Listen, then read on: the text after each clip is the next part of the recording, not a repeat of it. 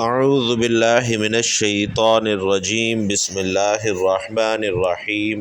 بھائیوں اور بہنوں، نماز فجر کے بعد یہ ایک سورت پڑھ لیں۔ اللہ نسلوں کی نسلوں کو بے شمار عزت، رزق اور دولت سے نوازے گا۔ ایک بار ضرور یہ وظیفہ کریں۔ اللہ رب العزت کا قرآن مجید انسانیت کے لیے ہدایت، رحمت، نور اور شفا ہے۔ اس میں ہر وہ راستہ موجود ہے جو انسان کو نہ صرف دنیا میں کامیابی کی طرف لے جاتا ہے بلکہ آخرت کی ابدی نجات کا ذریعہ بھی بنتا ہے۔ قرآن مجید کی ہر صورت، ہر آیت اور ہر لفظ میں رب کی طرف سے خاص برکتیں، انعامات اور روحانی خزانے پوشیدہ ہیں جنہیں وہی حاصل کرتا ہے جو اخلاص، یقین اور محبت کے ساتھ اللہ کے کلام کو اپناتا ہے۔ انہی کی برکتوں سے بھرپور ایک صورت جسے اللہ تعالیٰ نے خاص طور پر ایک عظیم رات سے جوڑا، یہ مختصر مگر بے حد طاقتور صورت ہے جو قرآن پاک کے آخری پارے میں موجود ہے۔ اس صورت کی اہمیت کا اندازہ صرف اس بات سے لگایا جا سکتا ہے کہ اللہ تعالیٰ نے اسے پوری ایک رات یعنی شب قدر سے نسبت دی ہے جو 1000 مہینوں سے بہتر قرار دی گئی ہے۔ تو ناظرین کرام، ہمارا آج کا وظیفہ بھی قرآن پاک کی ایک بہت ہی مختصر اور پیاری صورت کا وظیفہ ہے جو کہ سورۃ القدر کے نام سے جانی جاتی ہے۔ شب قدر کے فضائل سے ہم سب واقف ہیں، مگر بہت ہی کم لوگ یہ جانتے ہیں کہ سورۃ القدر کو روزانہ کی بنیاد پر خاص اوقات میں پڑھنا بھی بے شمار روحانی فوائد، رزق کی کشادگی، عزت میں اضافہ اور نسلوں کی فلاح کا ذریعہ بنتا ہے۔ خاص طور پر اگر کوئی بندہ نماز فجر کے بعد اخلاص دل سے سورۃ القدر کی تلاوت کو معمول بنا لے تو وہ خود بھی دنیا اور آخرت کی کامیابی حاصل کرتا ہے اور اس کی نسلیں بھی اس کے فیض سے محروم نہیں رہتی۔ ناظرین، قرآن مجید اللہ تعالیٰ کی آخری اور کامل ترین کتاب ہے جو خاتم النبیین حضرت محمد مصطفیٰ صلی اللہ علیہ وسلم پر نازل کی گئی۔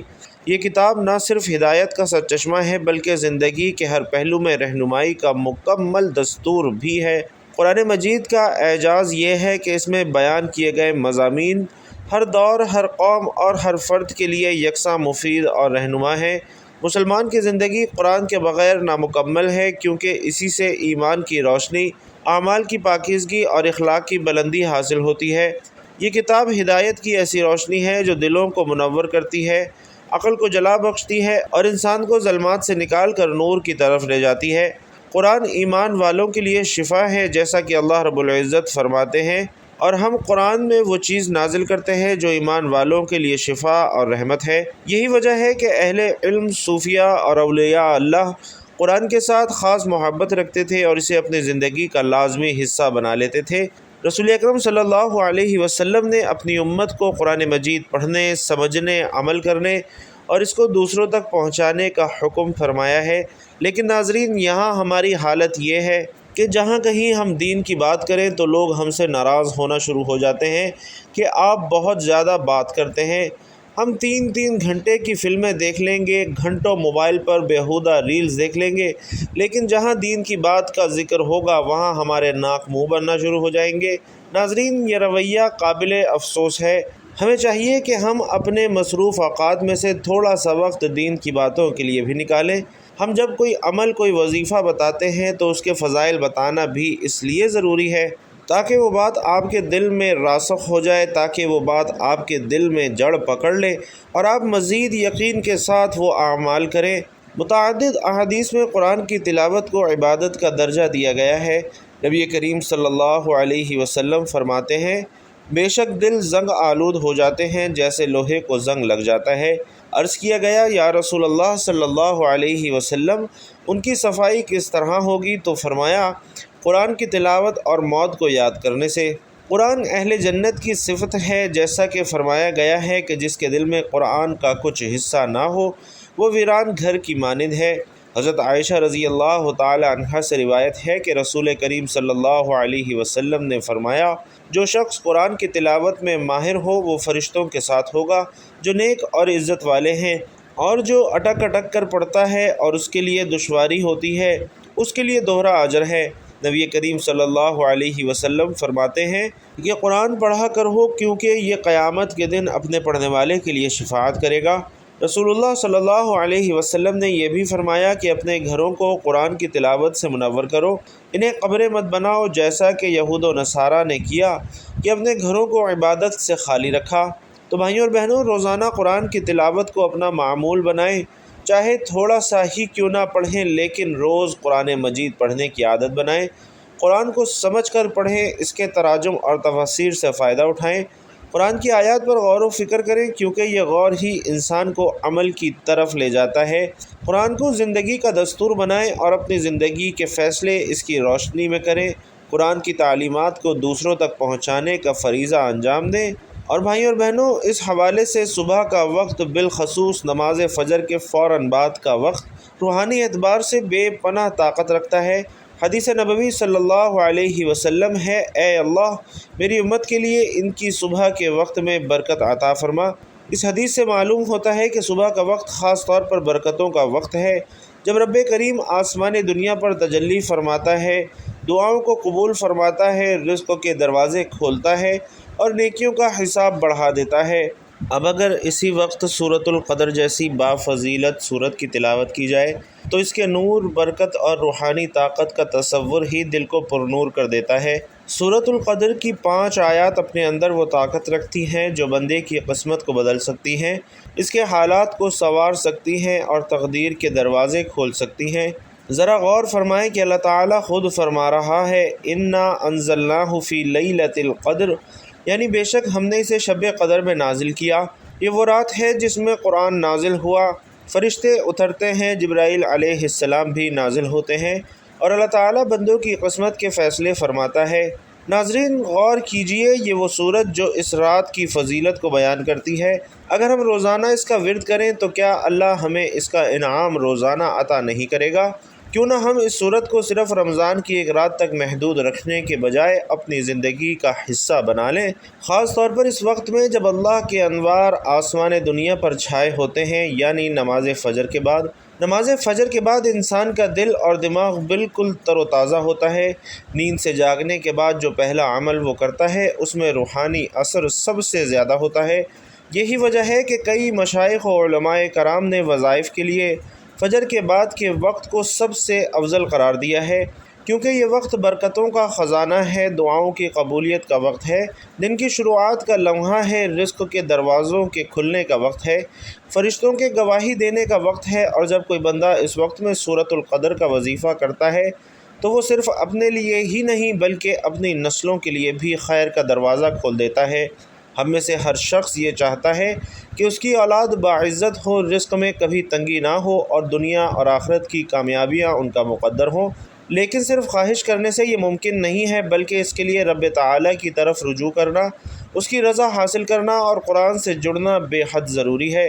سورۃ القدر کو صبح فجر کے بعد ایک مرتبہ روزانہ پڑھنے سے گھر میں رزق کا دروازہ کھلتا ہے، بے روزگاری ختم ہوتی ہے، کاروبار میں برکت آتی ہے، قرضوں سے نجات حاصل ہوتی ہے، اولاد نیک صالح اور با ادب ہوتی ہے، معاشرے میں عزت اور مقام حاصل ہوتا ہے، نسلوں کے لیے خیر و برکت کی راہیں کھلتی ہیں، اور یہ سب ممکن ہے اگر ہم یقین، استقامت اور اخلاص کے ساتھ سورۃ القدر کا یہ وظیفہ اپنا لیں۔ بزرگان دین، اولیاء کرام اور صوفیاء کرام نے بھی سورۃ القدر کو خاص اہمیت دی ہے۔ حضرت شیخ عبد القادر جیلانی رحمۃ اللہ علیہ فرماتے ہیں، قرآن کی ہر صورت میں شفا ہے، مگر سورۃ القدر وہ دوا ہے جو تقدیر کے بگڑے فیصلوں کو بدل سکتی ہے۔ اور یہی وجہ ہے کہ کئی اولیاء کرام سورۃ القدر کو اپنے مخصوص اذکار میں شامل رکھتے تھے۔ وہ فجر کے بعد اپنے مریدین کو تلقین کرتے کہ وہ روزانہ اس کا ورد کریں تاکہ دنیا اور آخرت میں کامیاب رہیں۔ سورۃ القدر قرآن پاک کی 97 نمبر کی سورت ہے، جس میں اللہ تعالیٰ نے شب قدر یعنی لیلۃ القدر کی عظمت اور برکت بیان فرمائی ہے۔ آئیے آیات کے معنی پر غور کرتے ہیں۔ پہلی آیت ہے، انا انزلناہ فی لیلۃ القدر، یعنی بے شک ہم نے اس قرآن کو شب قدر میں نازل کیا۔ یہ اس رات کی عظمت کی سب سے بڑی دلیل ہے کہ قرآن جیسا عظیم کلام اسی رات میں نازل ہوا۔ دوسری آیت ہے، وما ادراک ما لیلۃ القدر، اور تمہیں کیا معلوم کہ شب قدر کیا ہے؟ یعنی ناظرین، اس رات کی شان اتنی بلند ہے کہ تمہاری عقل اس کی حقیقت کو مکمل طور پر نہیں دیکھ سکتی۔ اگلی آیت ہے، لیلۃ القدر خیر من الف شہر، یعنی شب قدر 1000 مہینوں سے بہتر ہے، یعنی اس رات کی عبادت 1000 مہینوں تقریباً 83 سال کی عبادت سے بہتر ہے۔ اگلی آیت ہے، تنزل الملائکۃ والروح فیہا بإذن ربہم من کل امر، یعنی اس رات فرشتے اور روح یعنی حضرت جبرائیل علیہ السلام اپنے رب کے حکم سے ہر کام کے ساتھ نازل ہوتے ہیں، یعنی اللہ کے حکم سے زمین پر رحمت، برکت اور فیصلے نازل ہوتے ہیں۔ اگلی آیت ہے سلام ہی حتی مطلع الفجر، یعنی وہ رات سراسر سلامتی ہے طلوع فجر تک، یعنی یہ رات سکون، اطمینان اور رحمت سے بھرپور ہوتی ہے۔ فجر کے بعد سورۃ القدر کی تلاوت سے رزق کے دروازے کھلتے ہیں اور دل سے کی گئی تلاوت غیبی امداد کو کھینچتی ہے۔ جس شخص کے دل میں اضطراب ہو وہ اس سورت کو روزانہ پڑھے تو دل میں سکون اور نور آتا ہے۔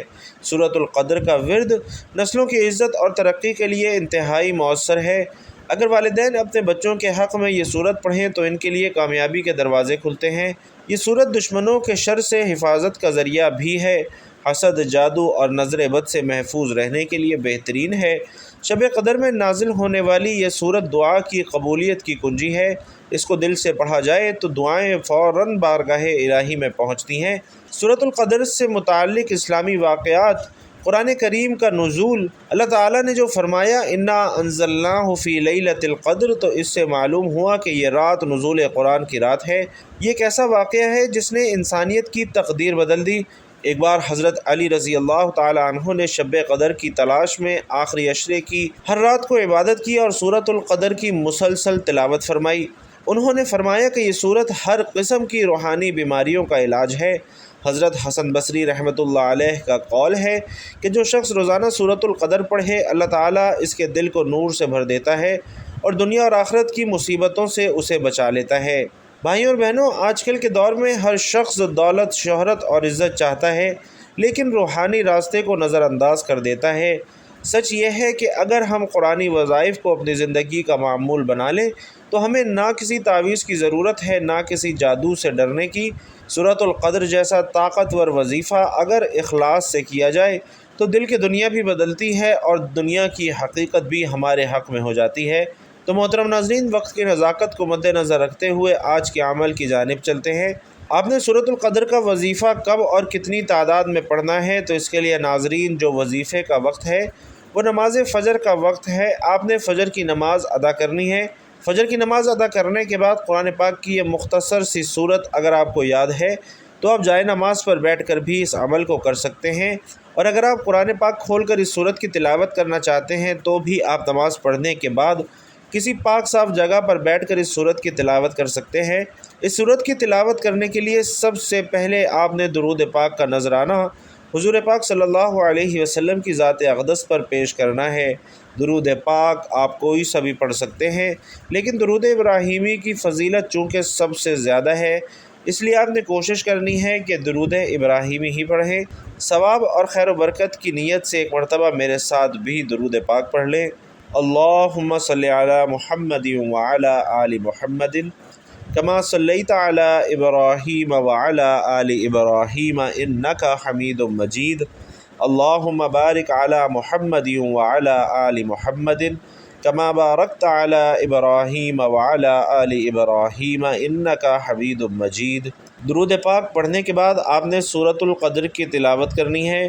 بسم اللہ الرحمن الرحیم، انا انزلناہ فی لیلۃ القدر وما ادراک ما لیلۃ القدر لیلۃ القدر خیر من الف شہر تنزل الملائکۃ والروح فیہا بإذن ربہم من کل امر سلام ہی حتی مطلع الفجر، یعنی بے شک ہم نے اس قرآن کو شب قدر میں نازل کیا اور آپ کیا جانیں کہ شب قدر کیا ہے۔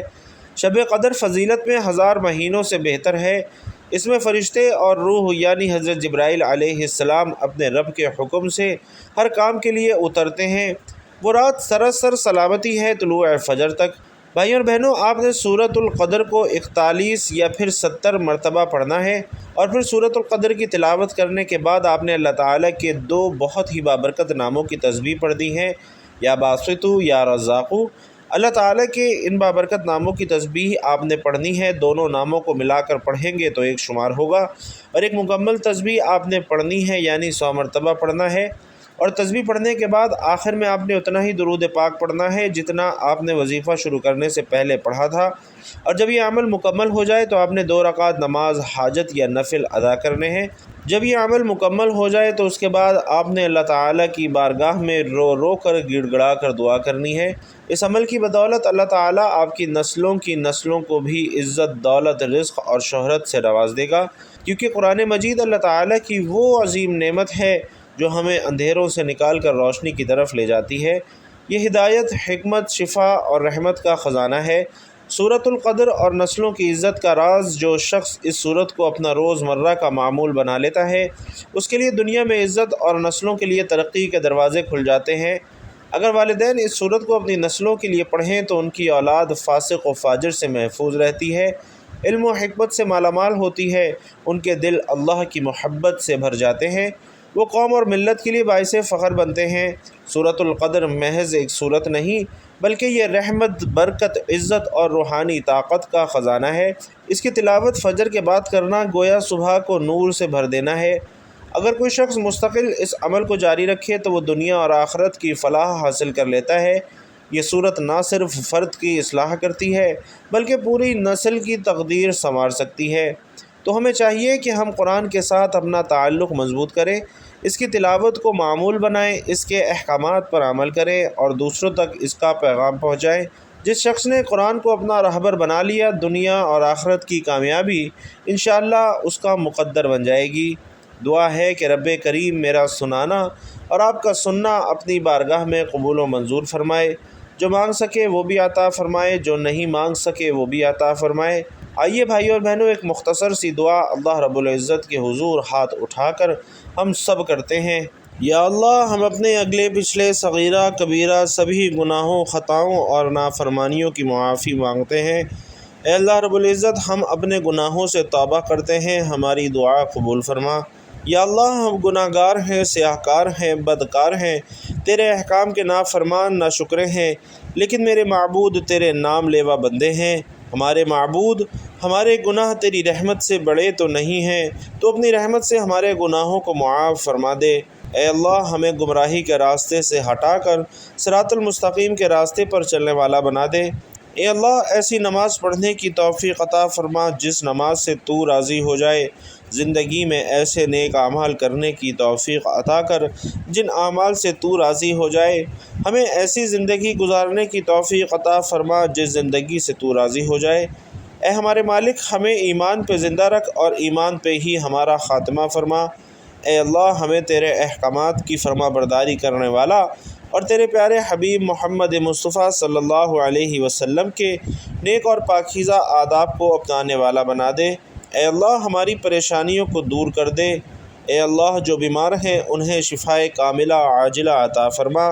اے اللہ، جو بے اولاد ہیں انہیں اپنے خزانوں میں سے نیک اور صالح اولاد عطا فرما۔ اے اللہ، جن کے جو کام رکے ہوئے ہیں وہ پورے کر دے۔ اے اللہ، بچھڑے ہوئوں کو ملا دے۔ اے اللہ، شادی شدہ جوڑوں میں محبت اور خلوص پیدا کر دے اور ان کی زندگیوں میں برکت ڈال دے۔ اے اللہ، تمام لڑکے اور لڑکیوں کے نصیب اچھے کر دے۔ اے اللہ، جو قرض کے بوجھ تلے دبے ہوئے ہیں ان کا قرضہ جلد سے جلد ادا کر دے۔ اے اللہ رب العزت، شیطان سے ہماری حفاظت فرما۔ اے اللہ، حلال رزق ہمارے کھانے کی توفیق عطا فرما۔ اور اے اللہ، تیرے پیارے حبیب صلی اللہ علیہ وسلم نے تجھ سے جن جن خیر کی دعائیں کی ہیں ان تمام دعاؤں میں ہمارا بھی حصہ شامل فرما، اور تیرے پیارے حبیب صلی اللہ علیہ وسلم نے تجھ سے جن جن شرور سے پناہ چاہی ہے ان تمام شرور سے ہمیں بھی پناہ عطا فرما۔ آمین یا رب العالمین۔ ناظرین کرام، آپ سے بھی گزارش ہے کہ کمنٹ باکس میں آمین ضرور لکھیے گا۔ کسی ایک کی آمین بھی اللہ رب العزت کو پسند آ گئی تو ہم سب کی دعائیں قبول ہو جائیں گی، اس لیے آمین ضرور لکھنا ہے۔ اللہ رب العزت آپ سب کا حامی و ناصر ہو۔ آمین یا رب العالمین۔